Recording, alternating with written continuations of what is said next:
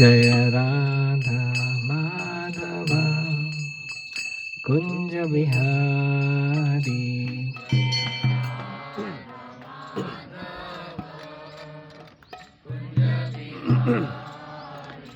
जय गोपीजन वल्लभा गिरिवरधारी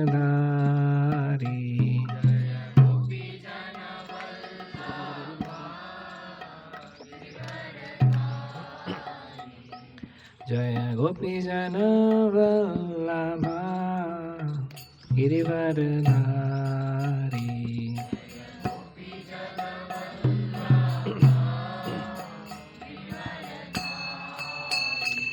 जय यशोदानंदन व्रज जनरंजन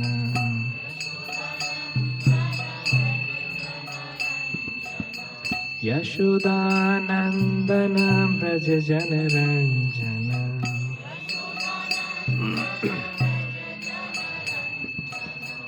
यमुना तीरा वनचारी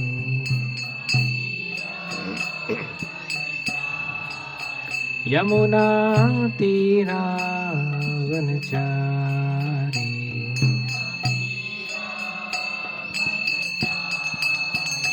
जय राधा माधव कुंज बिहारी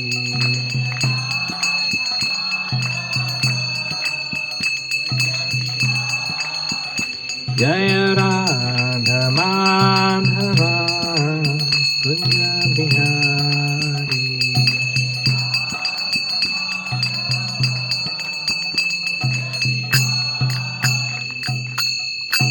जय श्री राधा माधव भगवान की हरि नाम संकीर्तन की जगत गुरु श्रील प्रभुपाद की गौर प्रेमानंदे। तो जी साउंड सेटिंग में बेस 0 है ना, इसका कौन देखते हैं? बेस 0 कर दीजिए, इको 0 कर दीजिए, ट्रेबल मिडिल में और साउंड थोड़ा और बढ़ा दीजिए। मेरा तो मैक्सिमम ही है उसका जितना और हो जाए।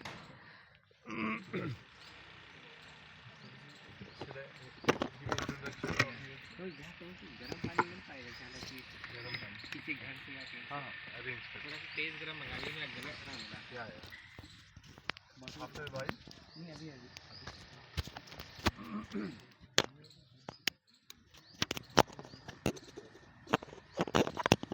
मंगा लीजिए थोड़ा सा तेज गरम, ताकि थोड़ा गला सेक जाए। हाँ हरे कृष्णा हरि बोल। हरे हरे कृष्णा। हाय, आवाज आ रही है इसमें पीछे तक? Okay done. Thank you so much. It's a great honor for all of us that we have. It's our pleasure today. His guest Brajendra Krishna Prabhu, who is the temple co-president, Ujjain ISKCON, has come here to give us his auspicious association to all of us. I would like to introduce Prabhuji. Prabhuji belongs from Jabalpur and he's the only son of his parents. He's completed his electric engineering in 2008 from NIT Bhopal. Selected from college in 2006 for the national level chess tournament at VIT Vellore. He got placement in 2 companies with Vedant and Reliance Infrastructure Limited. He worked in Reliance Infrastructure Limited for 2.5 years as an assistant manager. Prabhu's journey in ISKCON is, he came in contact with ISKCON December 2006, started chanting 16 rounds in March 2007. Received the first and second initiation from His Holiness Bhakti Charu Swami Guru Maharaj. In September 2010, January 2014 respectively. First initiation in 2010 and second initiation in January 2014. He joined ISKCON as a full-time celibate as a monk January 2011 and serving as a brahmachari counselor since 2013. He's the second brahmachari who has joined from MP and first brahmachari to join from MANIT. What is it? Maulana Azad national institute technology Institution. Okay. College का नाम. Yeah. His services in institution ISKCON. First is serving as a co-president of ISKCON Ujjain since September 2016. Served ISKCON Ujjain altar department as a co-in-charge for 6 years. Hari Bol. Since October 2019, preaching in administrative zone, district level officer and police officers, forest officers and jail program. July 2022, selected in July 2022, he has been selected as a secretary in ISKCON International Sannyas Ministry. Since then, functioning as a secretary in TCS. ना ना Okay. Huh? What is it? उसमें bracket में नहीं लिखा. I am just going for that. Yeah. Team. Sorry. We're distracted. Yeah. तो tight है. Team of Sannyas Candidate Services. Team leader of International Sannyas Investigation Team. Delivers seminars, talks and speeches at prestigious institutions and corporates. Inspires and guides youths from diverse backgrounds. Conducted program for police officers at Rajgarh, Gwalior, Ujjain, Ratlam and Dahod. Other contributions are he's been interviewed with Hare Krishna TV about a hot topic, Maa Baap Ya Bhagwan. Got 5.5 lakhs views over it. Completed GBC College Zonal Supervisor course in October 2021, which is pre-requirement for selection of Zonal Secretary Assistant. Hari Bol. So all glories to Guru Maharaj and all glories to Jagadguru Shubhopad. Hare Krishna. ओम ज्ञानतिमिरन्दस्य ज्ञानाञ्जनशलाकया चक्षुरुन्मीलितं येन तस्मै श्रीगुरुवे नमः. नमो ओम विष्णुपदाय कृष्णपृष्ठाय भूतले श्रीमते भक्तिवेदांत स्वामिनिति नामिने. नमस्ते सारस्वती देवे गौरवाणी प्रचारिणे निर्विशेष शून्यवादी पाश्चादेशतारिणे. हे कृष्णा करुणा सिंधु दीनबंधु जगतपते गोपेश गोपिका कांत राधा कांत नमोस्तुते. तप्त कांचन गौरांगी राधे वृंदावनेश्वरी विश्वभानु सुत देवी प्रणमामि हरिप्रिये. वाञ्छाकल्पतरुभ्यश्च कृपा सिन्धुभ्यैव च पतितानां पावनेभ्यो वैष्णवेभ्यो नमो नमः. श्री कृष्ण चैतन्य प्रभु नित्यानंद श्री अद्वैत गदाधर श्रीवासादि गौर भक्तवृंद. हरे कृष्णा कृष्ण कृष्ण हरे हरे हरे राम राम राम हरे हरे. हरे कृष्णा. जल ही जीवन है.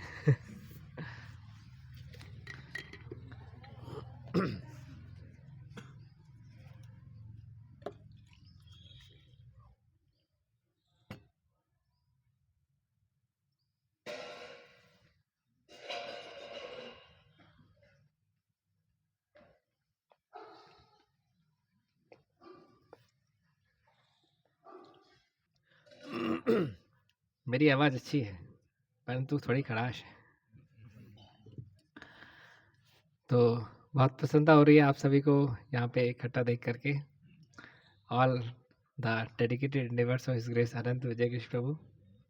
कितने लोग यहाँ पे 6 महीने से ज़्यादा समय से आ रहे हैं? ओके. कितने लोग 1 साल के ऊपर हो गया है? अब थोड़ा हाथ कम हो गया। Good good good. Consistency is very important. तो इसलिए मैं सोच भी रहा था कि क्या टॉपिक लूँगा, तो मैंने कहा कि क्यों ना हम और बेसिक्स पे काम करें, क्योंकि मैं जैसे रिलायंस इंफ्रास्ट्रक्चर लिमिटेड में 2.5 साल काम किया, तो मैं देखा वहाँ पे 70 मीटर हाई बॉयलर जब बना, 70 मीटर्स, तो उसके लिए उसका फाउंडेशन जो था वो 14 मीटर का था। फाउंडेशन जो था, मैंने पूछा इतना ज़्यादा, इतना गहरा गड्ढा खोदने की क्या आवश्यकता है? तो कहा कि प्रभु जी ये कोई 5-10 साल नहीं चलने वाला प्रोजेक्ट है। हाँ, ये प्रोजेक्ट सालों साल चलने वाला है। इतना बड़ा हम स्ट्रक्चर 70 मीटर का बॉयलर खड़ा कर देंगे, है ना? कोई हल्के फुल्के अर्थक्वेक आकर के इसको गिरा दे तो हमारा कितना नुकसान हो जाएगा। इसके लिए इतना, तो अगर हमको लॉन्ग लास्टिंग रहना है कृष्णा कॉन्शियसनेस में, तो आधार बहुत स्ट्रांग होना चाहिए। हमारा आधार बहुत स्ट्रांग होना चाहिए। हम क्या कर रहे हैं, क्यों कर रहे हैं, किस लिए कर रहे हैं, करने से होगा क्या, इसकी स्पष्टता बहुत ज़रूरी है। Clarity leads to commitment. Clarity leads to commitment. Life is all about priorities, है ना? आज जैसे आप बहुत सारे कुछ काम कर सकते थे इसी समय पे, पर आपने यहाँ आना स्वीकारा because you have prioritised it. मैं भी अभी यहाँ पे नहीं होता तो इस्कॉन उज्जैन में होता, है ना? तो we are always selecting the higher priorities, rejecting the lower one, है ना? इसीलिए कैसे हम कृष्णा कॉन्शियसनेस को अपनी हाईएस्ट प्रायोरिटी पे ले जा पाएँ, ये हमारा उद्देश्य होना चाहिए। क्योंकि Krishna is a jealous lover. Krishna को पसंद नहीं है कि आप कृष्ण को भी प्रेम करते हो, माया को भी प्रेम करते हो। No, Krishna is a jealous lover. Krishna चाहते हैं कि आप उनको फर्स्ट प्रायोरिटी पे रखो, है ना? सुदामा ब्राह्मण ने रखा था फर्स्ट प्रायोरिटी पे, तो इंद्र से बड़ा सौभाग्य सुदामा ब्राह्मण को कृष्ण के द्वारा दिया गया था। So in that way, it's very important that fundamental things in our life are clear. देखिए, जैसे मैंने सन 2011 में ब्रह्मचारी आश्रम जब ज्वाइन किया था, तो उस समय मेरे फादर के पास पे लोग आकर के ऐसे बात करते थे जैसे गुप्ता जी सुन करके बड़ा दुख लगा, जैसे बहुत बड़ी दुर्घटना हो गई हो। बहुत बड़ी दुर्घटना हो गई हो। है ना? इस प्रकार से आप समझ सकते हैं। पर मैंने इतनी क्लैरिटी मेरे फादर को प्रोवाइड कर दी थी कि मेरे फादर मेरे वकील का काम करते थे। बोले क्या दुर्घटना हो गई, तुमको क्या हो गया, गए हो इस्कॉन मंदिर कभी? देखा है कहाँ कितनी साफ सफाई रहती है वहाँ पे, कितने सिस्टमेटिकली सारी चीज़ें चलती है। एनआईटी भोपाल जैसा इक्विवेलेंट टेम्पल है, जैसे एनआईटी भोपाल के आपके अंदर अप्रिशिएशन वैसे ही है ISKCON temples. So in that way he was working like my lawyer. Why? Because I also gave him the clarity of what I am doing and what I will be achieving. Correct? तो इसके लिए स्पष्टता बहुत ज़रूरी है, because clarity leads to confidence, it leads to commitment. एक भक्त थे हमारे साथी के थे, वो ट्रेन में जा रहे थे एक बार और जप कर रहे थे नीचे लोअर बर्थ में बैठ करके। तो सामने कुछ लोग थे, वो स्वाभाविक सी बात है ट्रेन में जा रहे हैं तो बोलना शुरू कर ही देते हैं, अरे देखो 25 साल का लड़का है, चुटिया रख लिया, धोती कुर्ता पहन लिया, कंठी माला रख लिया है, इसका तो पूरा ब्रेन वॉश हो गया। तो हमारे भक्त जो थे, इनका प्रभुपाद बुक कम पढ़ते थे, 16 माला रोज़ करते थे, पर प्रभुपाद बुक कम पढ़ते थे, लेक्चर कम सुनते, स्पष्टता की कमी थी। तो ये इनको लगा कि ये घबरा गए थोड़ा, ये ऊपर वाली सीट पर जा करके दुबक करके बैठ करके चैंटिंग करना शुरू कर दिए। मैंने जब सुना तो मुझे लगा कि देखिए, हमारे भक्तों के अंदर स्पष्टता की कमी की वजह से उनको लगता है bhakti is some kind of inferior activity which others are saying कि ये देखो इसके साथ दुर्घटना हो गई। एक बार मैं भी ट्रेन में सफ़र कर रहा था और 5:30 बजे मैं ट्रेन के अंदर घुसा, हमारा चैंटिंग का भी टाइम वही रहता है। मैं बैठ करके अपना जप करना शुरू किया। सामने वाली सीट में 3 सज्जन बैठे हुए थे, कोई 45 से 50 वर्ष की उम्र के, वो भी लगभग सेम चीज़ें बात कर रहे थे। ये देखो जवान लड़का है 25 साल का, पुरानी घटना बता रहा हूँ, 15 साल पुरानी, अब तो मैं 40 का हो गया। तो उस समय 25 का था। तो बोलते हैं देखो है नया लड़का है ना, देखने में भी अच्छा है, है, पूरा मुंडा सिर मुंडवा लिया इसने और सफ़ेद धोती कुर्ता पहने बैठा है। अच्छा, वो धीरे धीरे बात कर रहे थे, उनको ऐसा लग रहा था ऐसे मुझे सुनाई नहीं दे रहा, पर क्या अब इतने सामने बैठे हो ना तो धीरे भी बात करो तो थोड़ा तो सुनाई दे ही जाता है। तो मुझे भी सुनाई दे गया, पर मैंने कहा अभी हमारा जब का समय है, अभी हम इसको आर्ग्यूमेंट में वेस्ट कर देंगे तो एक मूल्यवान समय निकल जाएगा। हमारा सुबह का टाइम ना बहुत ऑस्पिशियस रहता है, बहुत ऑस्पिशियस रहता है सुबह के टाइम। मैंने शील जगन्नाथ दास बाबा जी महाराज की बायोग्राफी पढ़ी थी, उसमें लिखते हैं कि सुबह 3 बजे से लेकर के 7 बजे का टाइम तो एकदम ही गोल्डन पीरियड रहता है, जिसमें सब लोग बहुत अच्छी नींद लेते हैं। और सबसे गहरी नींद है बोले हमें 3 से 7 के बीच में आती है, लोग बाग बोलते हैं, जबकि ये बहुत गोल्डन पीरियड रहता है ब्रह्म मुहूर्त में उठना। तो सो इन दैट वे मैंने कहा अभी ये मेरा जब का समय है, अच्छे से जब करूँगा, उसके बाद देखता हूँ। 2 घंटे अच्छे से जब किया, इसके बाद में जब मेरा जब कंप्लीट हो गया तो उसके बाद में उन्हीं में से एक व्यक्ति बोलता है, बाहर के लोग तो पंडित जी बोलते हैं ना, बोले तो पंडित जी आप इस लाइन में कहाँ से आ गए, है ना। इसके पहले वो लोग क्या बात कर रहे थे, ये देखो ये सफ़ेद धोती कुर्ता पहन लिया है ना, इसका पूरा ब्रेन वॉश हो गया है ना, चुटिया रख लिया, हेड शेप कर लिया, पूरा ब्रेन वॉश हो गया है। अब प्रश्न पूछते तो पंडित जी आप इस लाइन में कहाँ से आ गए, हमने क्या आंसर दिया, कुछ नहीं जी ब्रेन वॉश हो गया था, आ गए। This answer they never expected, this answer they never expected. तो फिर इस एक लाइन ने उनको जो विनम्र बना दिया, और वो बोले नहीं नहीं जी हमारा बोलने का ऐसा मतलब नहीं था। पहली चीज़ तो क्या उनको समझ में आ गई कि जो खुसर पुसर बात कर रहे थे वो हमारे कान में आ चुकी है, पहली चीज़। दूसरी चीज़, इतना बोल्ड आंसर उन्होंने एक्सपेक्ट नहीं किया था।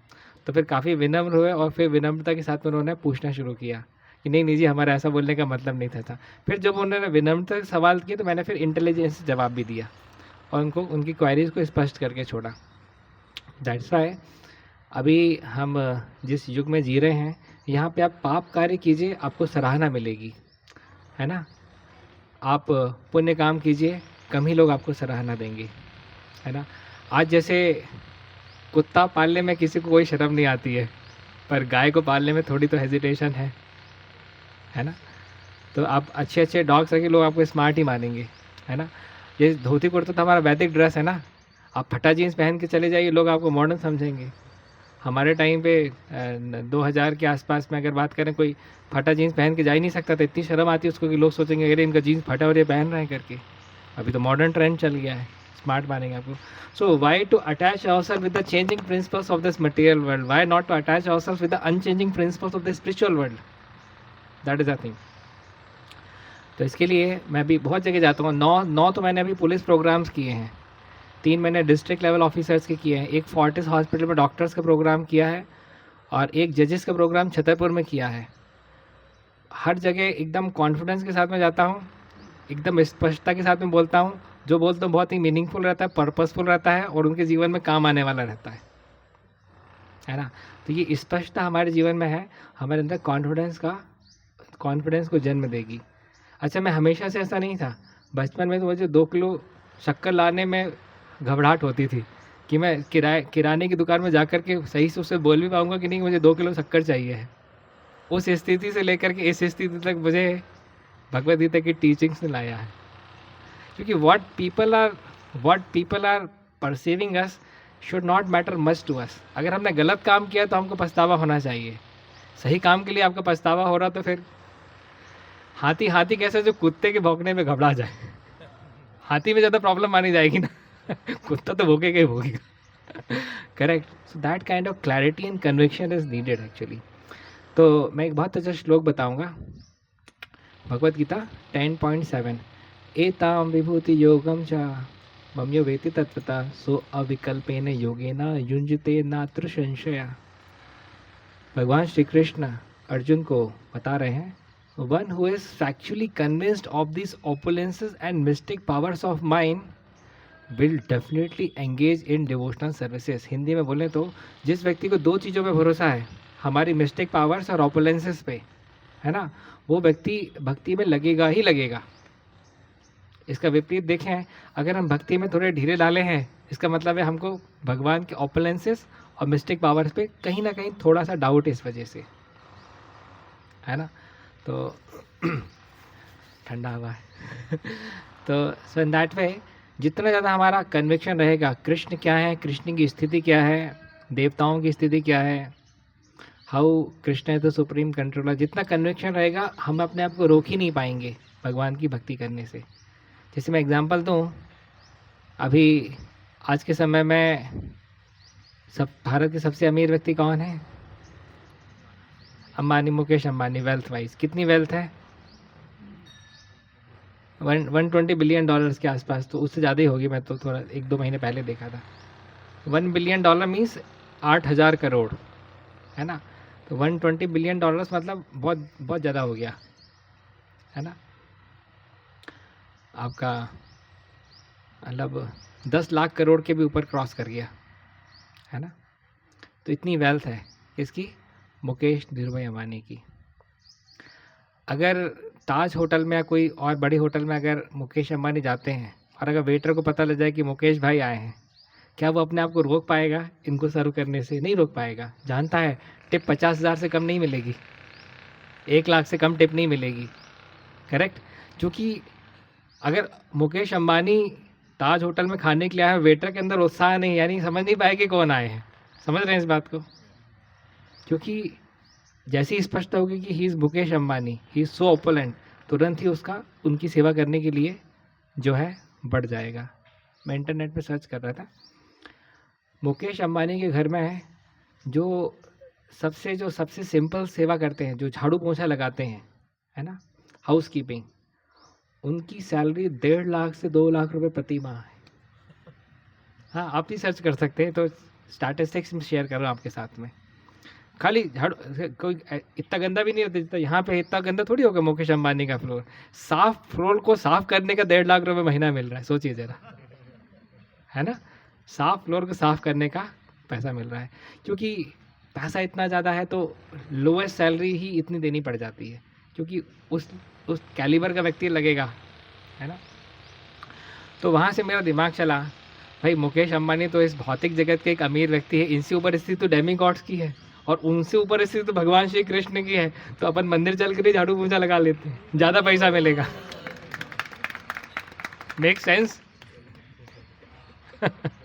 इसको बोलते हैं संबंध ज्ञान, है ना।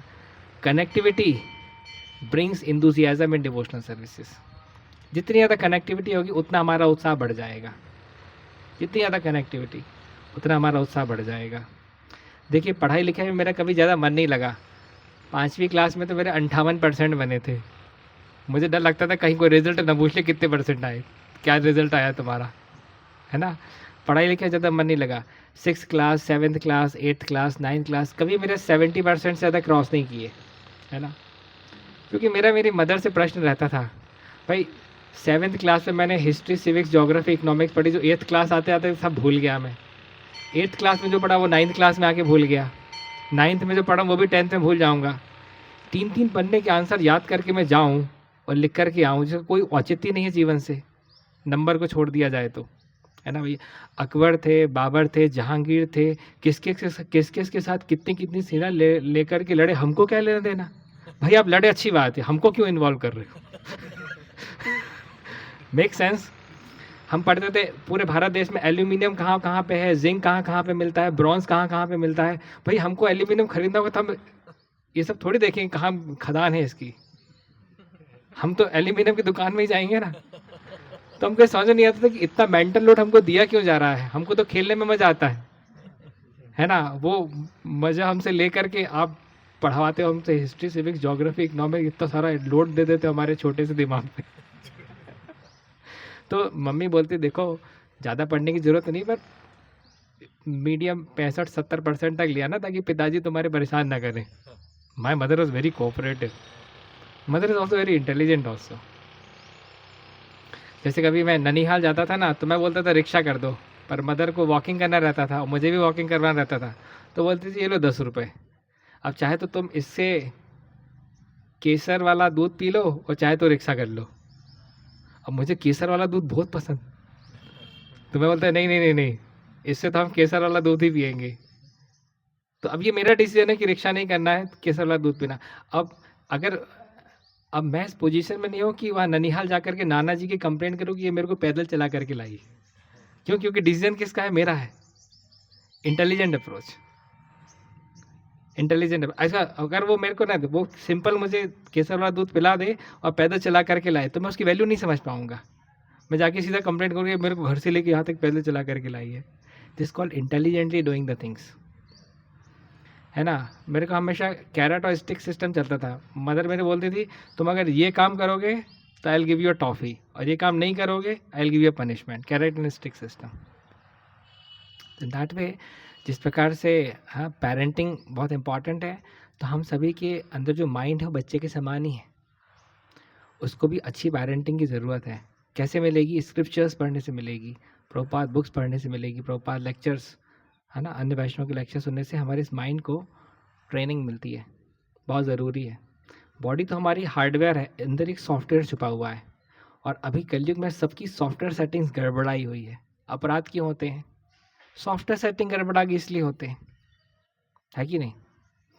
आप पूरी दुनिया में जितने भी प्रकार के अपराध होते हैं उनको 3 डब्बों में आप रख सकते हो: corruption related crime, sexuality related crime और वायलेंस रिलेटेड क्राइम। दिमाग ला के देख लीजिएगा। 9 के 9 पुलिस प्रोग्राम में मैंने पुलिस वालों से सवाल पूछा है कि आप लोग दिन भर क्राइम से डील करते हो, धाराएं मुझे नहीं आपको याद है, परंतु करप्शन रिलेटेड क्राइम एक डब्बा, दूसरा सर्कल आपका हो गया वायलेंस रिलेटेड क्राइम, तीसरा सर्कल हो गया आपका सेक्सुअलिटी रिलेटेड क्राइम। इन्हीं 3 सर्कल्स में 99% क्राइम्स आपके आ जाएंगे।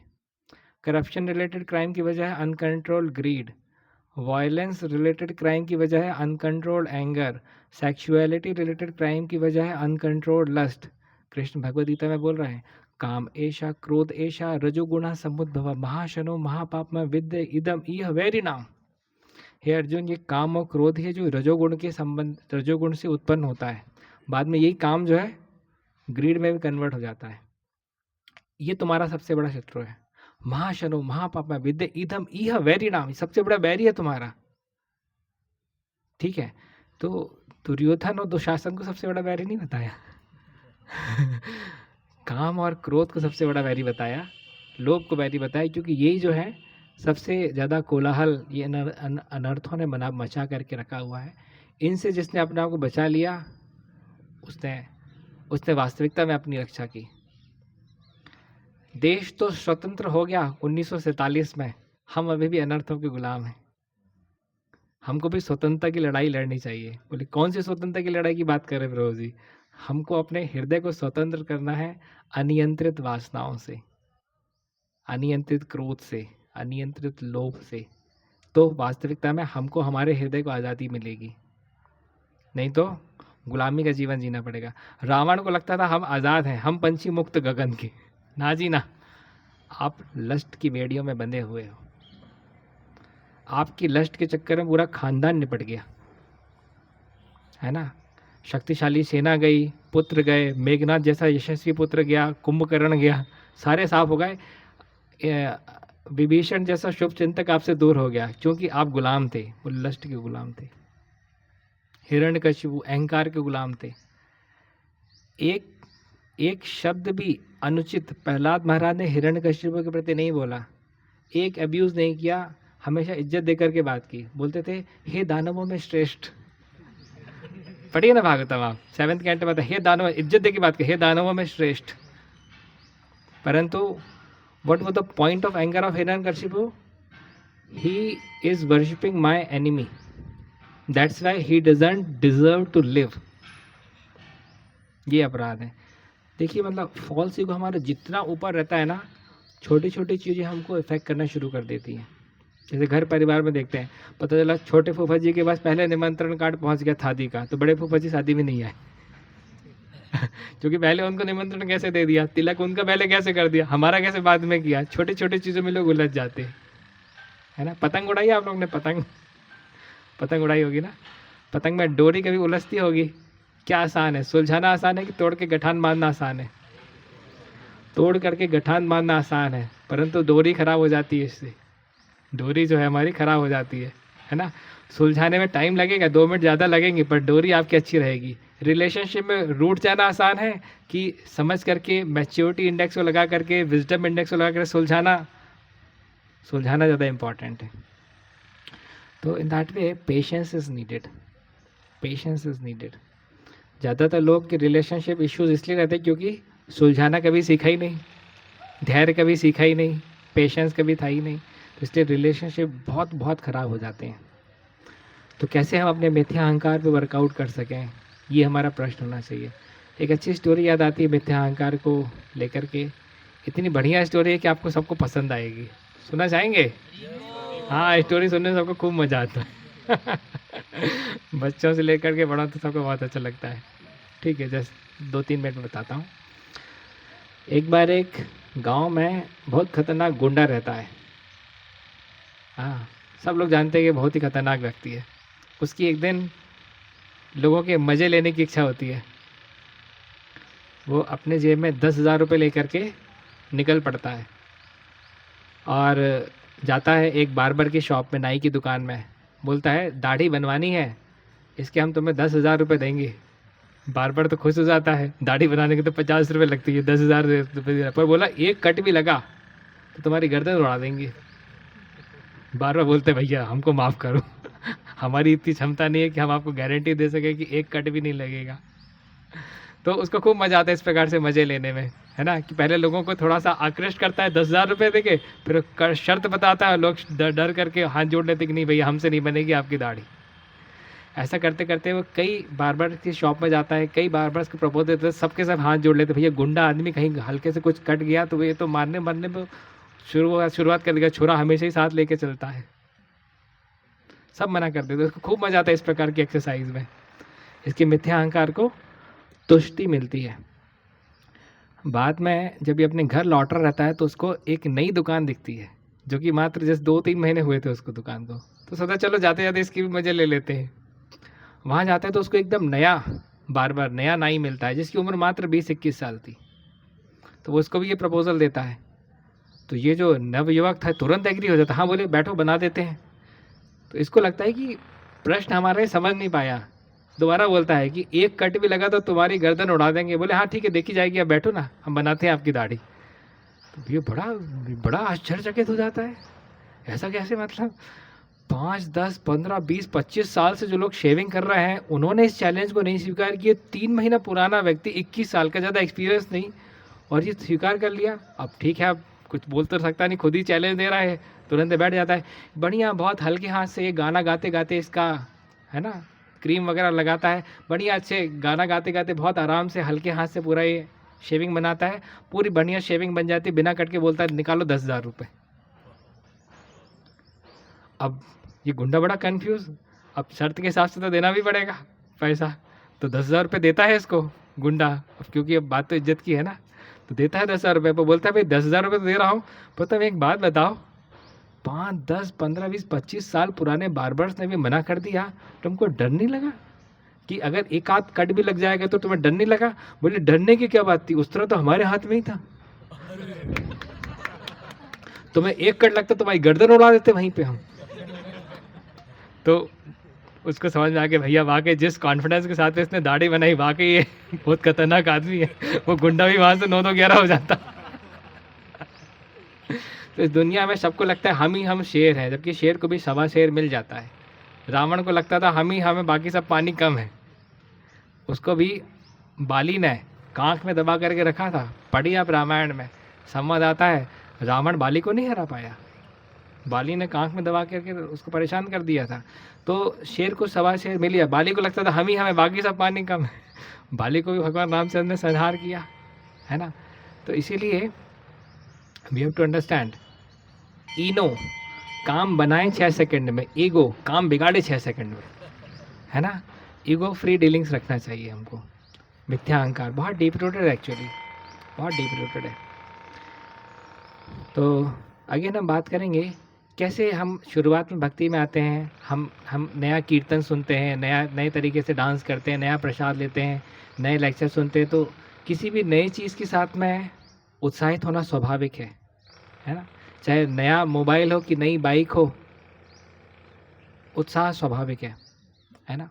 परंतु जैसे जैसे चीज़ें पुरानी होती चली जाती हैं उसकी प्लेजर गिविंग पोटेंशियल कम होती चली जाती है, ऐसा हमने ऑब्जर्व किया है ना, क्योंकि वो लॉ ऑफ मटेरियल सेटिएशन फॉलो करती है हर एक मटेरियल ऑब्जेक्ट। जैसे मैं जब चौथी कक्षा में था तो मेरा साइकिल के लिए बहुत अप्रिशिएशन था। मैं सोचता था काश मेरे पिताजी कृपा करके मुझे साइकिल दिलवा दे तो, है ना, और मेरे पिताजी ने कृपा करके दिलाई दी साइकिल मुझे चौथी क्लास में। मैं इतना खुश हो गया कि मुझे जैसा पूरी दुनिया जगत ही मिल गया हो जैसे।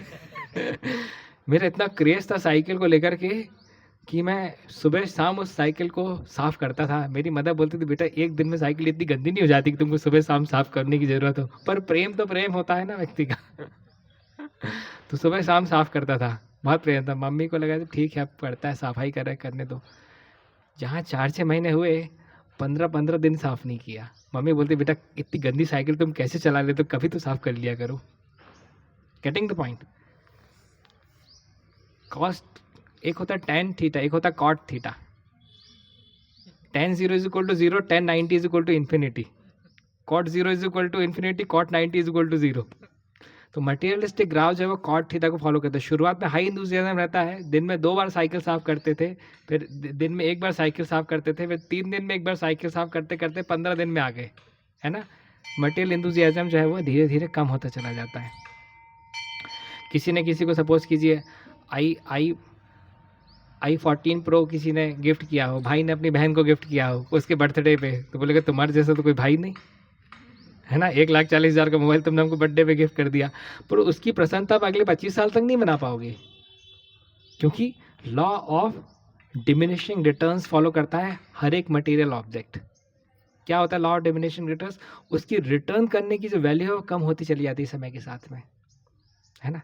हमारे ब्रह्मचारी में कई बार जोक के लिए बोलते हैं कि, है ना, कि शादी के पहले चंद्रमुखी, शादी के समय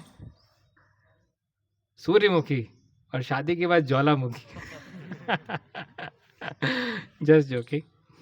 तो so in that way people in this world have a great thirst for enjoyment. उनको इतनी भूख है एंजॉय करने की लोगों को कि लगता है कि यहाँ से एंजॉय कर ले, कि वहाँ से एंजॉय कर लें। स्क्रिप्चर सेज कि हमारी जो सोल है वो उसकी फीचर ही है सच्चित और आनंद, इटर्निटी, नॉलेज एंड ब्लिस। तो ये कोई अस्वाभाविक स्थिति नहीं है कि जीवात्मा सुख प्राप्त करना चाहती, पर सुख जो है वो प्राप्त करने की इच्छा में कोई बुराई नहीं है। सुख जिस स्रोत से हम प्राप्त कर रहे हैं उसका सही होना जरूरी है। आप रेगिस्तान में जाकर के आप पानी ढूंढोगे तो फिर आपकी ढूंढने में प्रॉब्लम है, पानी की इच्छा में प्रॉब्लम नहीं है। पानी पीने की इच्छा तो स्वाभाविक है, पर रेगिस्तान में ढूंढना वो अस्वाभाविक है। तो इसीलिए the thirst for enjoyment is real, but we are trying to quench that thirst through material means we will be dissatisfied sooner और लेटर, है ना। आज आप देखिए कितनी बड़े बड़े सेलिब्रिटीज़ हैं बॉलीवुड में, हॉलीवुड में, कितने सारे लोगों ने सुसाइड के माध्यम से अपने जीवन का अंत किया। आप देखिए 16 साल से लेकर के 25 साल तक के नव युवक और नव युवतियों के मरने का दूसरा प्रमुख कारण सुसाइड है। सर्च कीजिए, गूगल सर्च कीजिए आप, दूसरा प्रमुख कारण क्या है? सुसाइड है। लोगों को ये छोटे से माइंड को कैसे हैंडल करना नहीं मालूम। तो देखिए बालिका वधू की एक्ट्रेस प्रत्यूषा बनर्जी, सब कुछ था, देखने में सुंदर थी, फेम था, पैसा था, ultimately she committed suicide. Sejal Sharma कौन से सीरियल की एक्ट्रेस थी? दिल तो हैप्पी है जी की एक्ट्रेस थी, she also committed suicide. Jiya Khan committed suicide, Bollywood celebrity Jiya Khan, एक पिक्चर के 40-50 लाख से कम तो लेगी नहीं वो। कार से नीचे उतर जाए तो 50 लोग खड़े हैं ऑटोग्राफ लेने के लिए। लोग इनके जैसा बनना चाहते हैं कि काश है भगवान कभी कृपा हो तो हम इनके जैसे बन जाएं। पर व्यक्ति का मेंटल स्टेटस आप नहीं देख समझ सकते, क्योंकि क्या है, मछली अगर पानी से बाहर निकल करके एंजॉय करने का सोच रही है ना, एंजॉय कर नहीं पाएगी वो। पानी के अंदर आपको खाने पीने तो चल जाएगा, मछली पानी के बाहर निकल के एंजॉय करने का प्रयास करेगी ना, कर नहीं पाएगी, परेशान हो जाएगी। तो इसी प्रकार से कृष्ण के साथ कनेक्ट रहते हुए हम एंजॉय करेंगे तो फिर भी चल जाएगा। कृष्ण से डिस्कनेक्ट होकर के एंजॉय करने का प्रयास करेंगे, सूनर और later we will be frustrated. Guarantee Srila Prabhupada की विश्वास आपका, गारंटी शील प्रभुपाद की विश्वास हमारा। तो शील प्रभुपाद बताते थे, मैं लोगों को दुखी करने के लिए यहाँ पे नहीं आया हूँ।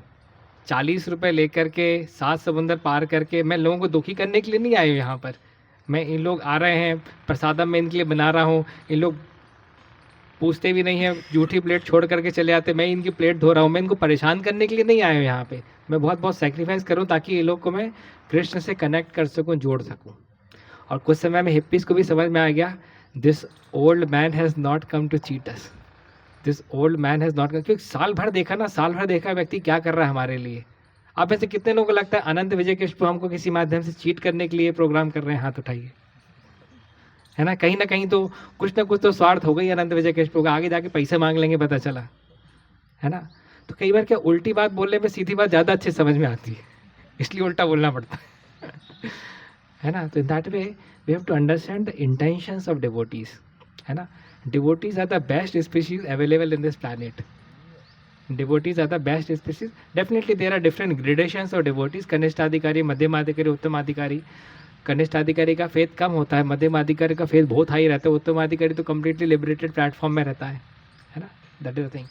But we should understand that who our real wellwisher is and who our real wellwisher is not, है ना। जैसे लव जिहाद के कितने कितने वीडियोस चलते हैं, उसमें लोग यही बताते हैं ना, आरएसएस वीडियो रिलीज करते बोलते देखो वो लड़का तुमसे प्रेम नहीं करता, वो दिखाता है खाली। एक बार हमसे एक भक्त ने पूछा था कि कैसे समझे शुद्ध भक्ति, कैसे क्या लक्षण होते हैं। हमने कहा वो लव जिहाद में जो पुरुष के लक्षण होते हैं कि वो ऐसा शो करते हैं कि हम बस आप ही के लिए जी रहे हैं, बस आप ही की खुशी में हमारी खुशी है ना। Always contemplating to impress the girl that she understand that he is my best well wisher and he loves me the most. लड़की घर वालों से लड़ाई करने के लिए तैयार, छोड़ने के लिए तैयार। सोचिए कितना स्ट्रॉन्ग लेवल ऑफ अट्रैक्शन उसने प्रोड्यूस नहीं किया होगा, अपनी सिंसियरिटी दिखाई होगी, अपनी ऑनेस्टी दिखाई होगी, बाद में जाकर के असली रूप समझ में आता है। That is maya, that is maya. Nectar in the beginning, poison at the end, that is maya. What is Krishna? May be poison in the beginning but nectar at the end, है ना। Poison in the beginning, nectar at the end. 2 chocolate हम बच्चे के सामने रखें, एक chocolate जो जिसकी पहली 2 मिलीमीटर की लेयर खूब मीठी हो पर चॉकलेट पूरी कड़वी हो, दूसरी चॉकलेट जिसमें 2 मिलीमीटर की लेयर कड़वी हो पर पूरी चॉकलेट मीठी हो। समझ गए एग्जाम्पल के साथ में? अब बताइए बच्चा कौन सा चॉकलेट स्वीकारेगा? जो पहले मीठी हो वो स्वीकारेगा, फिर बाद में भले पूरी चॉकलेट कड़वी हो, है ना। पर बुद्धिमान व्यक्ति क्या देखेगा? पहले कड़वाहट, बाद में भले भले कड़वी हो पर बाद में अच्छा होना चाहिए। तो poison in the beginning. Discipline क्या है? पॉइजन इन द बिगनिंग है। But the beauty of discipline is it is got very high returns, है ना। एक सेंटेंस में बोलूँगा, इसको याद कर लीजिएगा, 1 लाइनर में इस प्रकार के बहुत सारे लिखा हुआ हूँ। The price of discipline is much much much lesser than the price of regret and lamentation in our life. मैं मानता हूँ डिसिप्लिन की प्राइस है, परंतु रिग्रेट और लैमेंटेशन के कंपैरिजन में बहुत बहुत कम प्राइस है। ये चीज़ है। जैसे अपने स्वयं का एग्जांपल मैं दूंगा, कैसे एक बार मैं, अच्छा ये ठीक है, ये एग्जांपल देने के बाद मैं आपको एक स्टोरी सुनाऊंगा, फिर आपके कोई क्वेश्चन होंगे तो वो ले लेंगे ना, वी विल वाइंड अप। तो मैं बड़ौदा से मेरी ट्रेन निकल रही थी और बड़ौदा में वंशीधारी प्रभु है और साथ में भक्त लोग बहुत प्रेम करते हैं हमसे। तो जैसे उनको पता चला कि प्रभु जी की ट्रेन बड़ौदा से निकल रही है और प्रभु जी को श्रीखंड बहुत अच्छा लगता है यहाँ का, तो बोले प्रभु जी हम आपके लिए श्रीखंड लेकर के आते हैं। हमने कहा मत लाओ, हमको थोड़ा सर्दी हो रहा है, मत लाओ। तो नहीं प्रभु जी थोड़ा तो खाना पड़ेगा आपको श्रीखंड, बड़ौदा से ट्रेन निकल रही है आपकी, हम तो लाएंगे ही लाएंगे। हमने कहा एक काम करना, 50 ग्राम ले आना, है ना, थोड़ा खा लेंगे चल जाएगा। अब वो 200 ग्राम के 3 डब्बे लाए, एक केसर फ्लेवर, एक बादाम फ्लेवर, एक इलायची फ्लेवर। बोला प्रभु जी इसमें से जो आपको अच्छा लगे वो 50 ग्राम निकाल करके खा लेना, बाकी बांट देना। अब हमने जब तीनों को टेस्ट किया तो तीनों का स्वाद एकदम दिव्य। हम खाते खाते चले गए, तीनों डब्बे हमने 50% खाली कर दिए, यानी कि कितना 300 ग्राम हमने श्रीखंड उस स्थिति में खाया जब हमारा गला खराब था। 1 हफ्ते तक तेज सर्दी में जूझते रहे, परेशान होते रहे। 1 हफ्ता हमारा पूरा खराब हो गया। क्यों? क्योंकि डिसिप्लिन्ड आचरण नहीं था, डिसिप्लिन आचरण नहीं था इसलिए। अच्छा क्या मैं बोल सकता हूँ ठीक है जी, एक हफ्ते बाद बीमार है, क्या फ़र्क पड़ता है, वो जो 5 मिनट खाया था उसको मैं ज़्यादा वैल्यू देता हूँ। I can't talk like that, I can't talk like that कि वो 5 मिनट का जो सुख मिला मुझे चिकन खाने में, उसको मैं ज़्यादा हाई वैल्यू देता हूँ, भले भले एक हफ्ता अपन परेशान रहे, उससे क्या फ़र्क पड़ता है। I can't talk like that, correct. तो इसलिए श्रेयस और प्रेयस हमको समझना बहुत ज़रूरी है। कोई भी चीज़ जो लॉन्ग टर्म में हमारे लिए अच्छी नहीं है उसको छोड़ देना ही डिसिप्लिन अच्छा है। कोई भी चीज़ जो शॉर्ट टर्म में अच्छी है लॉन्ग टर्म में ख़राब है उसको छोड़ देना ही अच्छा है। मैं प्रिजन प्रीचिंग करता हूँ ना कभी, तो प्रिजनर से मिलता हूँ कि जैसे हम लोग कृष्णा कॉन्शियसनेस पूछते हैं, how you came in Krishna consciousness, how you came in Krishna consciousness, वहाँ प्रिजनर साहब जाके पूछते हैं, भाई साहब आप यहाँ कैसे आए? तो फिर कोई व्यक्ति बोलता है कि अरे यार वो एक लड़की को हम बहुत छेड़ते थे, एक दिन उसके भाई ने कंप्लेंट कर दिया, हम अंदर हो गए। कोई बोलता है अरे वो बहुत दिन से उसके साथ रंजिश चल रही थी, एक दिन हमारा दिमाग खराब हुआ, लोहे की रॉड ले गए थे उसके सिर में मारी, उसका सिर फट गया, हम पे अटेम्प्ट टू मर्डर का केस लग गया। व्यक्ति तो बच गया पर हम पे अटेम्प्ट टू मर्डर का केस लग गया, हम अंदर हो गए। तो अब जब 10 साल की सज़ा हो गई है तब उसको समझ में आ रहा है कि उस क्षण में अगर हम क्रोध पे थोड़ा नियंत्रण रखते तो ज़्यादा अच्छा रहता, क्योंकि अब 10 साल हमारे लिए बहुत भारी हो गए अभी, है ना। उस लड़के को नहीं छेड़ते तो ज़्यादा अच्छा रहता, अभी जब अंदर हो गए ज़्यादा परेशान हो रहे हैं अभी हम। तो that is the thing, when a person is mentally driven, not wisely driven, not intellectually driven, a person lands up in suffering. हमारे कॉलेज में दाराजीत करके लड़का था, नॉर्थ ईस्ट का था, बहुत बढ़िया बाइक चलाता था, देखने में एकदम स्मार्ट, 6 फुट लंबा आदमी था, बहुत बढ़िया, इंटेलिजेंट भी था। बस उसमें 2 खराबियाँ थी, एक तो शराब बहुत पीता था और दूसरा गाड़ी बहुत तेज़ चलाता था। और एक दिन शराब पी करके गाड़ी चला रहा था, हमारे मैनेट में जो लोग कभी गए हों ये तो मालूम होगा, पूरी ऐसी सीधी चढ़ाई है और चढ़ाई के बाद में पूरा ऐसा टर्न है, मतलब बढ़िया टर्न है। तो वहाँ पे जो बाइक रेसर्स को खूब मज़ा आता है अपनी बाइक की स्किल्स को दिखाने के लिए, बढ़िया लेटा करके मोड़ते हैं, उनको खूब सेटिस्फैक्शन मिलता है। पर चूंकि बहुत शराब पिए हुए था और रात में बहुत ओवर स्पीड में गाड़ी चलाता, गाड़ी भी इसका बहुत बढ़िया थी, इस प्रकार से इसने मोड़ा कि वहीं पे लेट करके मोड़ने में मज़ा तो है, पर उस दिन उसने ऐसे लेट करके मोड़ा कि पूरे से ही लेट गया, he died on the spot. हमारा बैचमेट था दाराजीत। So in that way, the price of discipline is there. I don't say it's not there, but it is much lesser than the price of regret and lamentation in one's life. है ना। मैं बहुत example दे सकता हूँ, अभी हमें पास समय कम है, पर कंसेप्ट समझ लीजिए तो हमारा बहुत फ़ायदा होएगा उसमें। देखिए कृष्णा कॉन्शियसनेस में ना प्रसाद से भी मेरा आकर्षण था और कीर्तन से भी मेरा आकर्षण था, पर सबसे ज़्यादा आकर्षण मेरा एक कंसेप्ट से था जो कि मेरे जीवन में लगा करके मैं जीवन के वैल्यूज़ को उठा सकता था, उठाने मेरी मदद मिली। तो these concepts are like keys in my life which are there to unlock the big locks in my life. Purification is the key which unlocks the treasures of happiness already locked in our heart. Hindi में बोलूँगा, शुद्धिकरण वो चाबी है जो हमारे ही हृदय में छुपे हुए असीमित खजाने को खोल देने वाली है। हिरण, डियर, मेल डियर, उसकी नाभि में क्या होता है? कस्तूरी। 1 ग्राम कस्तूरी की क्या कीमत है, किसको मालूम है? 25 से 30 हज़ार की आएगी ओरिजिनल 1 ग्राम कस्तूरी। कितनी कस्तूरी रहती है डियर के पास में, नाभि में? 25 से 30 ग्राम कस्तूरी रहती है, इसलिए डियर का शिकार होता है। पर पॉइंट इज दैट कि वही डियर उसी कस्तूरी की सुगंध में जंगल भर भटकता रहता है कि इतनी अच्छी सुगंध कहाँ से आ रही है, इतनी अच्छी सुगंध कहाँ से आ रही है, जब कहाँ से आ रही है, उसी की नाभि से आ रही है। तो इसी प्रकार से हम जिस प्लेजर के लिए पूरी दुनिया में घूम रहे हैं, ढूंढ रहे हैं ना, वो वास्तविकता में हमारे हृदय में ही छुपा हुआ है, पर उसको खोलने वाली चाबी जो है वो प्यूरिफिकेशन है। इसलिए मैंने कहा शुद्धिकरण वो चाबी है जो हमारे ही हृदय में छुपे हुए असीमित खजाने को खोल देने वाली चाबी है ना। तो ये कंसेप्ट याद रखिएगा। एक और कंसेप्ट मुझे याद आया, एक बार एक सज्जन एक पार्टी में एक कॉफ़ी का कप लेकर के खड़े हुए थे, किसी का धक्का लगता है और कॉफ़ी जो है वो नीचे गिर जाती है। एक समान दृष्टिकोण से देखें तो बोलेंगे चूँकि धक्का लगा इसलिए कॉफ़ी गिरी। एक इसका दूसरा दृष्टिकोण भी है, क्या है वो? चूँकि कप में कॉफ़ी थी इसलिए कॉफ़ी गिरी, चाय होती तो चाय गिरती, दूध होता तो दूध गिरता, है ना। तो इसी प्रकार से जीवन में हमको भी धक्के लगते हैं कि नहीं लगते हैं? हमारे अंदर जो रहता है वो बाहर निकलता है। अगर धक्का लगता है क्रोध बाहर अंदर रहता है तो क्रोध बाहर निकलता है, विनम्रता अंदर रहती है तो विनम्रता बाहर निकलती है, सहनशीलता अंदर रहती है तो सहनशीलता बाहर निकलती है। भगवान रामचंद्र का राज्याभिषेक होना था दूसरे दिन, न्यूज़ आती है राज्याभिषेक कैंसिल। धक्का लगा, क्या बाहर निकला? कर्तव्यबद्धता बाहर निकली। रघुकुल नीति सदा चली आई, प्राण जाहीं पर वचन न जाहीं। और क्या धक्का लगा? बोले आपको 14 वर्ष का वनवास भी हो गया। धक्का लगा, क्या बाहर निकल कर के आया? नहीं, पिताजी ने जो कि माता कैकेयी को वचन दिया था, उस वचन को मुझे पालन करने में पिताजी की मदद करनी चाहिए, है ना।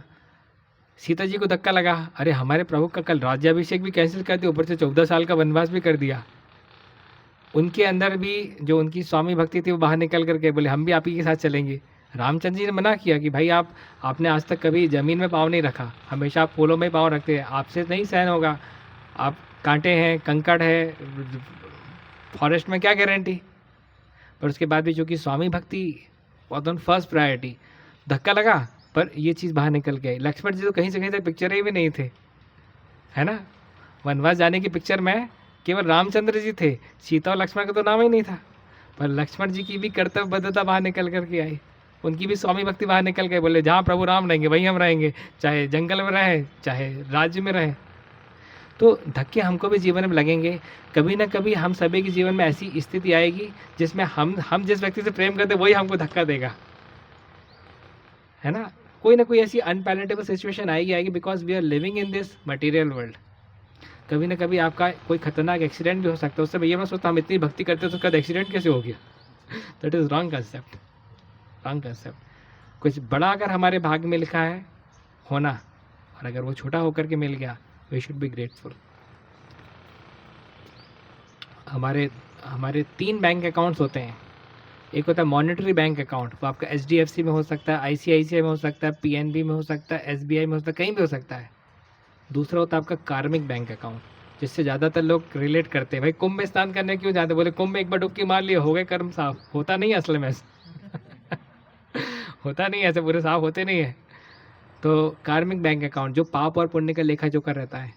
तीसरा बैंक अकाउंट बहुत important, that is spiritual bank account, जिसके बारे में ज़्यादातर जानकारी नहीं रहती लोगों की। फूड के भी 3 कंपोनेंट्स होते हैं। टेस्ट कंपोनेंट जिससे 99% लोग रिलेट करते हैं, दूसरा होता है न्यूट्रिशनल कंपोनेंट जिससे 1% लोग रिलेट करते हैं, तीसरा होता है स्पिरिचुअल कंपोनेंट जिससे केवल भक्त लोग ही रिलेट कर पाते हैं।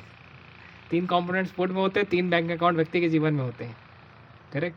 तो जो हमारा स्पिरिचुअल बैंक अकाउंट है ये सबसे ज़्यादा इंपॉर्टेंट है, क्योंकि जीवन काल के बाद में तो वही अकाउंट बैंक अकाउंट काम में आने वाला है कि नहीं। भाई हमारे अनंत विजय कृष्ण प्रभु मुकेश अंबानी की कंपैरिजन में करोड़ों गुना ज़्यादा पैसे वाले व्यक्ति हैं, क्योंकि हम इनके बैंक अकाउंट की तो तुलना ही नहीं कर रहे, वो तो खत्म हो जाएगा।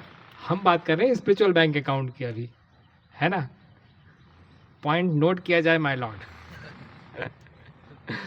है कि नहीं। तो in that way we have to see, we have to have the right discrimination, not wrong discrimination, है कि नहीं।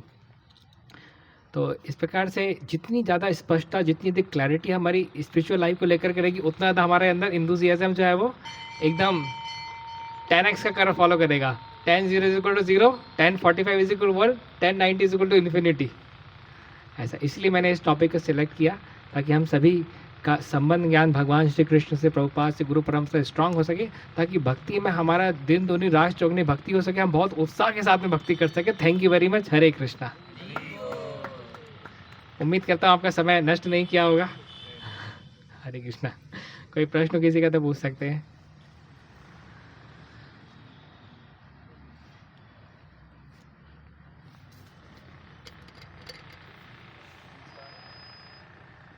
प्रभु जी, जैसा आपने, हरे कृष्णा, जैसा आपने बोला कि कभी कभी ऐसा होता है कि जिस व्यक्ति से हम सोचते हैं कि कुछ जिसे प्रेम करते हैं, लेकिन उसी से हमको सबसे बड़ा धक्का लगता है। तो वैसी सिचुएशन में जैसे आपने बोला हमारे अंदर जो रहता है वो बाहर आता है, तो क्या उस सिचुएशन में उसको कैसे डील करना चाहिए?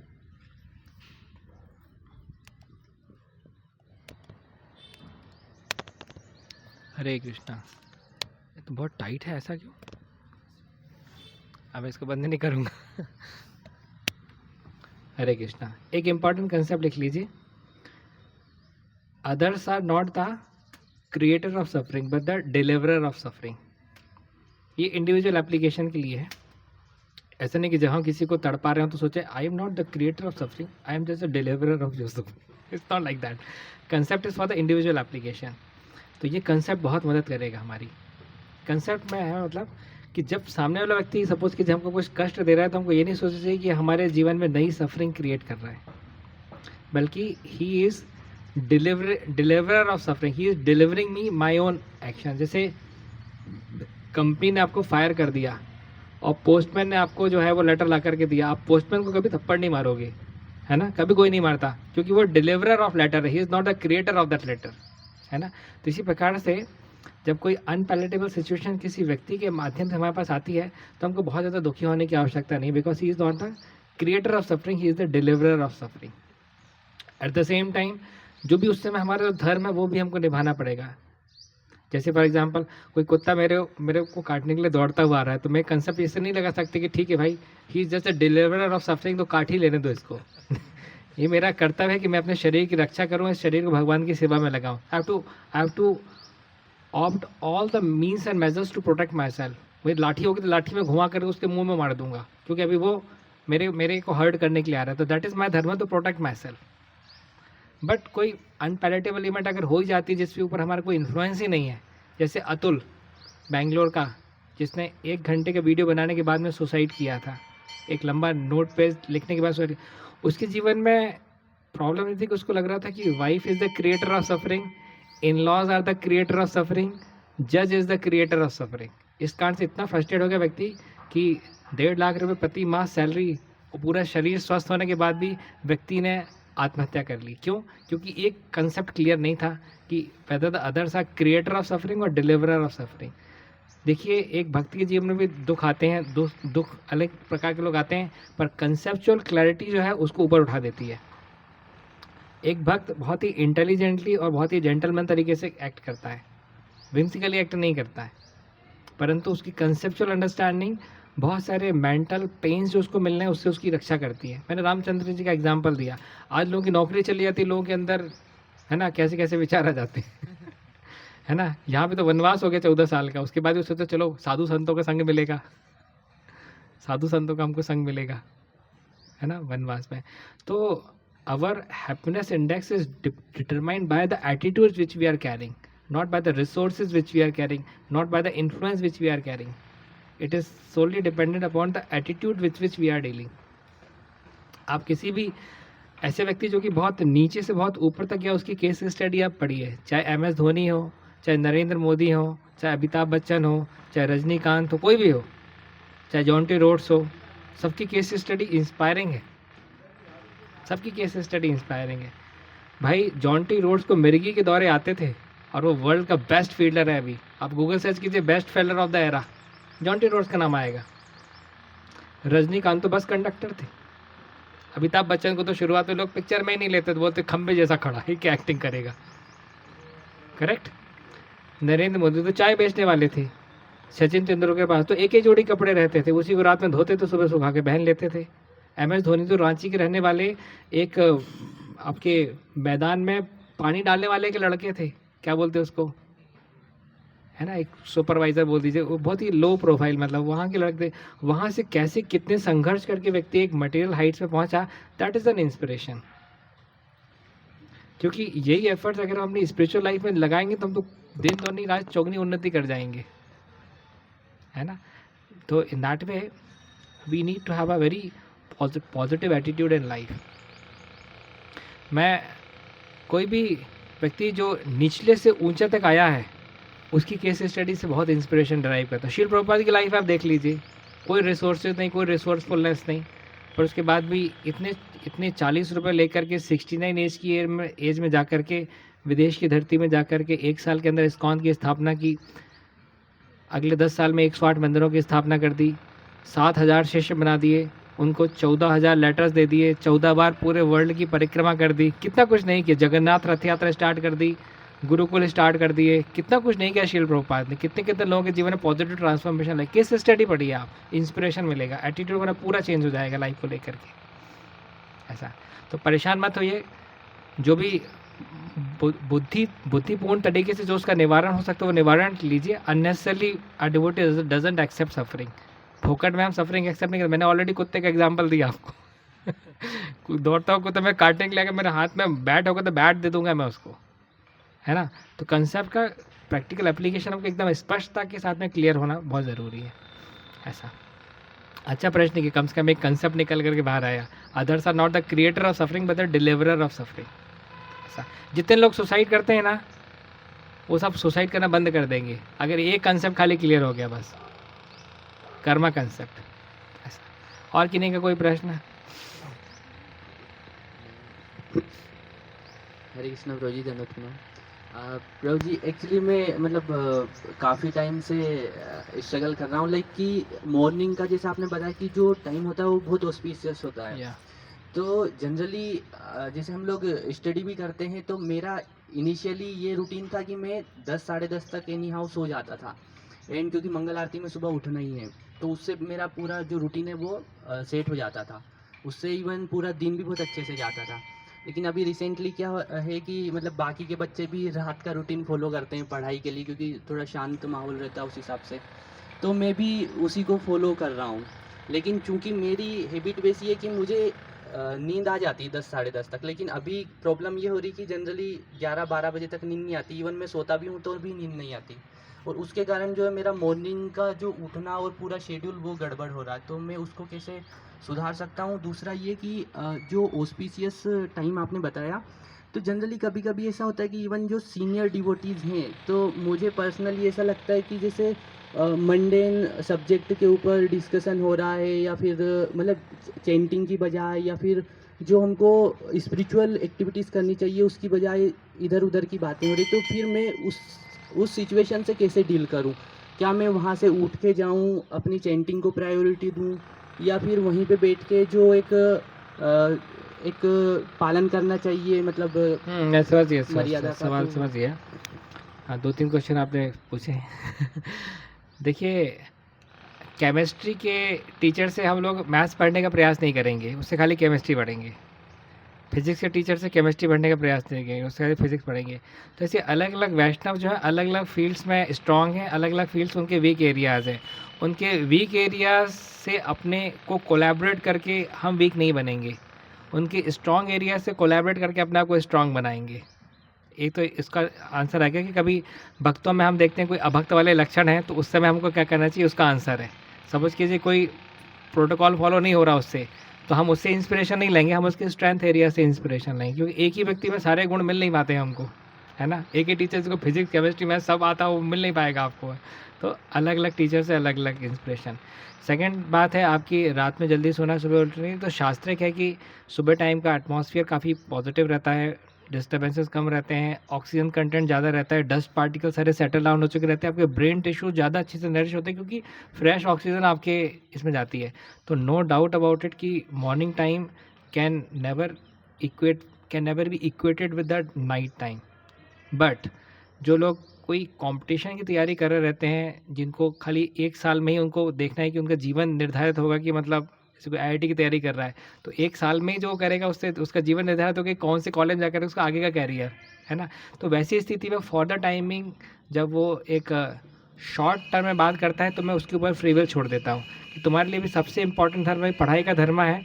1 साल तक अपने को फुल्ली कमिट कर दो, किस टाइम पे तुम सो रहे हो किस टाइम पे जाग रहे हो मुझसे कम लेना देना है। बट कंसेप्ट मैं भी उसको बता देता हूँ कि सुबह का time can never be equated with night time. पर उसके बाद भी अगर बच्चा खुद से ही अगर इंक्लाइंट है थोड़ा सा लेट नाइट स्टडी करने में तो बाधक नहीं बनता, नहीं तो आगे जाकर के वही मेरे को ब्लेम करेगा कि पढ़ते टाइम में इन्हें भक्ति करवा दिया हमसे।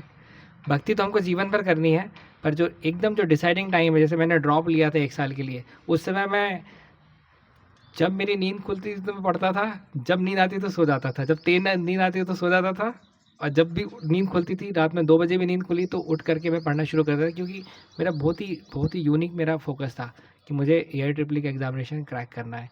तो 1 साल या आपका जो डिसाइडिंग पीरियड है उसके लिए ज़्यादा रूल्स मैं नहीं लगाता हूँ, बट इन जनरल पूरे लाइफ टाइम को लेकर अगर बात करेंगे तो डेफिनेटली उसके लिए तो ये हमारे जो शास्त्रिक लॉज हैं वही इसको गवर्न करेंगे, नहीं तो वही रजस और तमस के प्रभाव में खुद का ही दुश्मन बन जाता है व्यक्ति। सतोगुण में व्यक्ति खुद का हितैषी रहता है, रजोगुण और तमोगुण में व्यक्ति खुद का ही दुश्मन बन जाता है। देखिए, अगर आपको ऑप्शन मिले डॉक्टर के माध्यम से कि आप इस बीमारी के लिए मेडिसिन ले सकते हैं, इंजेक्शन ले सकते हैं, ज़्यादातर लोग मेडिसिन प्रेफर करेंगे अगर इक्वली पोटेंट है तो हम वो इंजेक्शन मतलब सुई चुभने का जो दर्द होता है वो भी हम एक्सेप्ट नहीं करना चाहते। और वही माइंड जब अनकंट्रोल होता है तो अपनी खुद की नस खुद के हाथ से चाकू से काट के मर जाता है। सोचिए ज़रा, दिस इज़ अनकंट्रोल माइंड। व्यक्ति खुद का ही दुश्मन हो जाता है इग्नोरेंस में। तो इसलिए इग्नोरेंस हमारे ऊपर ना हावी होने पाए तो मोड ऑफ गुडनेस के समय को हमको एक्सट्रैक्ट करते आना चाहिए, है ना। जैसे मैं भी अच्छी बात करूँ क्योंकि अभी मैं गुडनेस में हूँ, ऐसे थोड़े कि दिन भर मैं ही गुडनेस में रहता हूँ। मेरा भी लोअर कर्व्स आते हैं, साइन वेव होते हैं ना, ऊपर जाता है फिर नीचे आता है, फिर ऊपर जाता है नीचे आता है। हर व्यक्ति के जीवन में उसके लोअर कर्व्स रहते हैं, तो पर मेरा कर्व ज़्यादा लोअर ना जाए इसके लिए मुझको गुडनेस में रहने की आवश्यकता है। हम सभी को mode of goodness behaviour opt करने की आवश्यकता है। हेलो, हरे कृष्णा प्रभु जी, दंडवत प्रणाम। प्रभु जी, मेरा एक कॉमन प्रश्न है, मतलब जैसे आपने बोला कि जो डिसिप्लिन की कॉस्ट है, जो हमको प्राइस पे करना पड़ेगा, वो रिग्रेट से काफ़ी कम है अगर हमने अपने माइंड को ये समझा दिया। तो जैसे हमारे को डेली जो भी नियम है हमारे माला का, जो भी भगवत गीता रीडिंग का, तो जैसे इसको प्रभु जी वही कॉमन क्वेश्चन है कि इसको कंसिस्टेंसी में कैसे लाए। जैसे हम सोचते हैं कि यार जो भी हमारी 8 माला है या 10 माला है, हमें वो डेली करना ही करना है, कुछ भी हो जाए हमें सुबह उठ के करना ही है, ये हमारा एक डिसिप्लिन है। पर इस पे हम चलते हैं, फिर 4-5 दिन बाद फिर इसको ख़त्म हो जाता है। तो जैसे हमारी माइंड की जैसे बैड हैबिट्स की हैबिट हो गई है कि हमें टालना है, ये करना है, प्रोक्रेस्टिनेशन है। अगर हमारे माइंड को ये सिग्नल मिला हुआ है कि बैड हैबिट्स, हम बार बार बैड हैबिट्स पे गिर जाते हैं, तो अच्छी हैबिट्स पे कैसे गिरे बार बार, कि हम अगर गलत भी करना चाहें तो बार बार हमको अच्छी आदतें वापस घेर लें। जैसे समझ रहे ना प्रभु जी? Knowledge and association, knowledge, association, accountability, 3 चीज़ें याद रखिए। सबसे पहले तो आपको ज्ञान होना चाहिए कि हम चैंटिंग कर रहे हैं तो कर ही क्यों रहे हैं। संबंध ज्ञान, जो मैंने आज पूरे क्लास में बातचीत किया, नॉलेज, संबंध ज्ञान होना चाहिए कि हम चैंटिंग कर ही रहे हैं तो कह रहे हैं हरि नाम है क्या, इससे हमें फ़ायदा क्या होने वाला है ना। तो पहले नॉलेज। दूसरा एसोसिएशन, अगर हम अच्छे लोगों के साथ में एसोसिएट करेंगे, जो लोग खुद ही अपने जीवन में एक डिसिप्लिन और कमिटमेंट के साथ चल रहे हैं, तो हम भी वैसे हो जाएंगे, है ना। जैसे हम बोलते हैं ना कि आप शराब नहीं पीते कोई दिक्कत नहीं, आप किसी ऐसे व्यक्ति के साथ 3 महीने रहना शुरू कर दो जो शराब पीता है, आप भी शराबी बन जाओगे उसका एसोसिएशन आपको धर लेगा। धूल पानी का संग करेगी, कीचड़ बन जाएगी। हवा का संग करेगी तो राजा के ताज के ऊपर जाके बैठ सकती है। पानी की भी 3 स्टेट होती हैं, सॉलिड, लिक्विड और गैस, है ना। तो इस प्रकार से हमारा एसोसिएशन बहुत मैटर करता है कि हम किस प्रकार के बनेंगे, है ना। क्योंकि हम सभी को अप्रिसिएशन अच्छा लगता है। अब आप गुंडों के बीच में जब तक कोई बड़ा बम नहीं फोड़ोगे वो अप्रिशिएट नहीं करेंगे आपको, करेक्ट।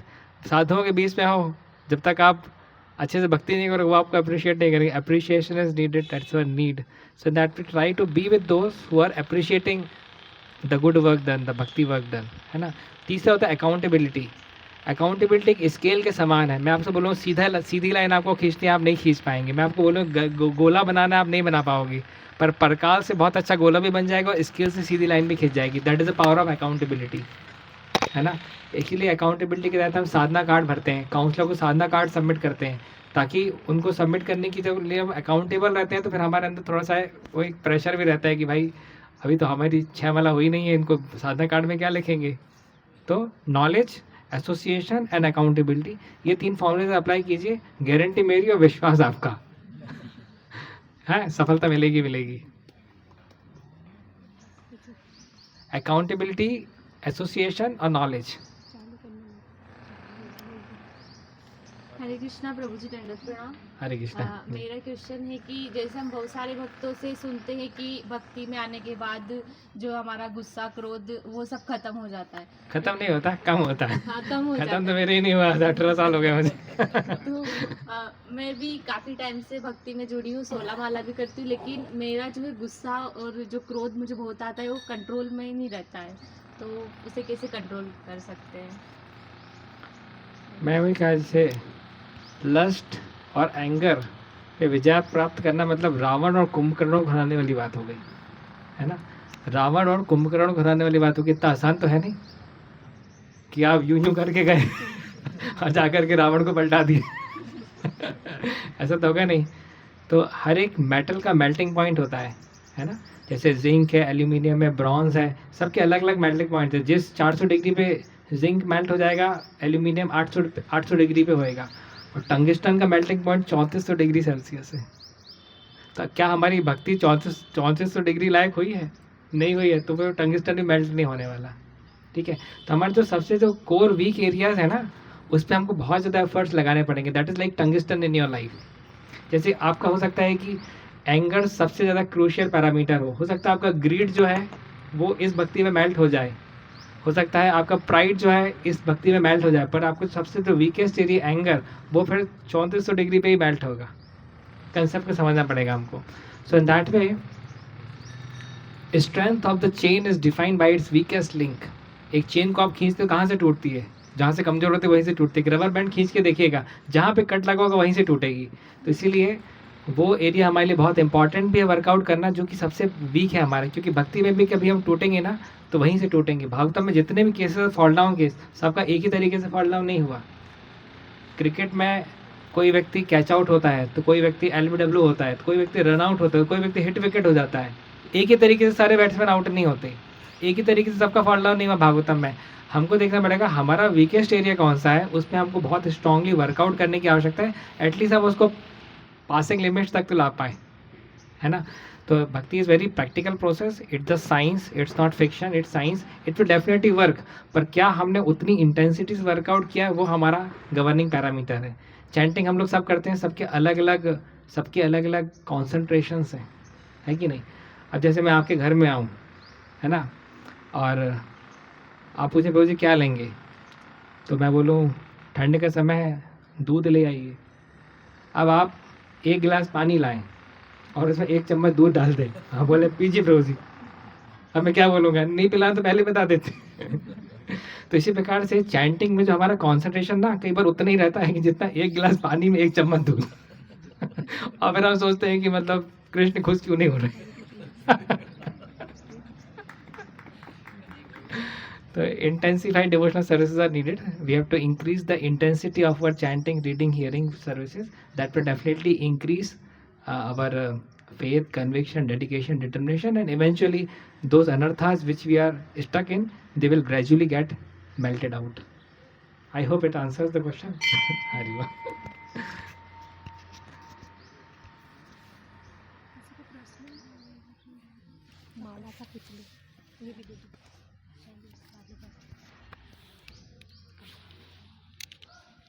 हरे कृष्ण प्रभु जी, दंडवत प्रणाम। हरे कृष्णा धन्यवाद। प्रभु जी, मेरा ये क्वेश्चन था कि हम लोग यहाँ पे सारे स्टूडेंट्स हैं, जैसे हम लोग भक्ति कर रहे हैं, लेकिन कई बार ऐसा होता है कि हम स्टडी के चक्कर में माला छोड़ देते हैं कि अभी तो पढ़ाई है, साइड में एग्ज़ाम है, अभी नहीं करते हैं, बाद में कर लेंगे। तो पता है कि वो अगर माला छोड़ेंगे तो दुख तो आना ही है, लेकिन फिर भी नहीं, अभी नहीं करना है माला। ऐसा बहुत सारे फेजेस आते हैं कि हम लोग भक्ति छोड़ने का सोचते हैं, लेकिन भक्ति करना भी चाहते हैं। मैं वही कहा कि जितना ज़्यादा हमारा कन्विक्शन रहेगा कि जैसे आप बिना ब्रेक की गाड़ी चलाना पसंद नहीं करेंगे, क्योंकि जानते हैं कि एक्सीडेंट होगा तो घाटा ज़्यादा होगा। तो इसी प्रकार से अनर्थों पे ब्रेक कौन लगाएगा हमारा? वही स्टूडेंट का टाइम है ना, लड़की के चक्कर में 3-3, 4-4 घंटे खराब हो जाते हैं। कौन ब्रेक लगाएगा? भक्ति नहीं करेंगे तो हमारे एंगर पे किसी ने किसी का ईगो हर्ट कर दिया, कुछ बोल दिया, 3-4 घंटे वही सोच के निकल जाएंगे कि बदला कैसे लेना है। ब्रेक कौन लगाएगा? तो bhakti is acting like a brake for anarthas. Unless we are convinced about it, we will never be serious about bhakti. तो हमको समझना पड़ेगा कि अगर वास्तविकता रूप से अगर भक्ति कर रहे हैं तो ऑलरेडी हमारे जीवन में ये अनर्थों का ब्रेक के रूप में काम कर रहे हैं, जो कि बहुत बहुत हमारे एक्सीडेंट से हमको बचाने वाला है ना। भाई अतुल ने भी बहुत पैसा कमाया, शादी किया, सब कुछ किया, पर अनर्थों ने जब अटैक किया तो ब्रेक लगाने वाली कोई चीज़ नहीं थी, तो सुसाइड कर लिया, व्यक्ति खत्म हो जाता है। तो that way, to that degree we are convinced that how what is the beauty of this process of bhakti, how it has got direct influence over my mind intelligence, how it has got direct control over my anarthas। तो फिर हम उसको उतनी high priority देंगे। Definitely I understand कि examination के एक दिन पहले अगर आपकी कम पढ़ाई हुई है तो वैसी स्थिति में हो सकता है किसी दिन आपके राउंड छूट भी जाएँ, आई एक्सेप्ट इट, पर फिर दूसरे दिन हमको कवर करने की जिम्मेदारी उठानी पड़ेगी, है ना। कभी ऐसा होता था, कभी हम लोग का भी टफ पेपर होता था तो हम लोग पहले तो सुबह ही चैंटिंग करने की आदत डाल दिए थे हॉस्टल टाइम पे, है ना, ताकि दुर्घटना होते होते भी रात तक 16 माला हो जाए है ना। तो एग्ज़ाम के टाइम पे क्या होता था, हम लोग सुबह से माला नहीं करते थे, पूरा एग्ज़ाम दे के आते थे, एग्ज़ाम देने के बाद जब अच्छे मूड में रहते तो उस टाइम में माला घुमा लेते थे ऐसा करते थे। तो we have to always apply our intelligence, how to apply our intelligence in a way कि हमारा स्टडीज़ का भी कोई ज़्यादा नुकसान ना हो, एट द सेम टाइम हमारी बहुत ही स्पिरिचुअली एनर्जी गिविंग एक्टिविटी है ये भी हमारी लूज़ ना होने पाए।